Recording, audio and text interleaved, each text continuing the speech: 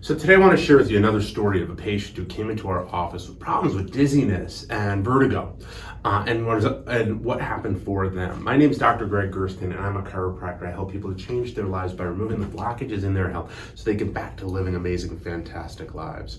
So Virginia came to us about 4 months ago, and she was having problems with loss of balance and dizziness. She was walking with a cane. She was really concerned because she was responsible for taking care of her husband.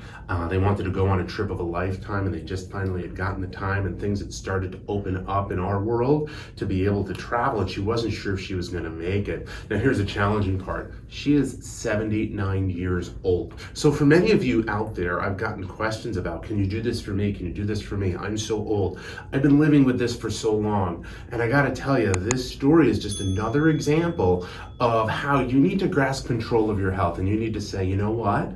I may have tried so many things in the past, but I need to do something different so that going forward, it's different, and so that I'm different. Virginia grasped onto what we did, and we worked with her to manage her vertigo and her dizziness.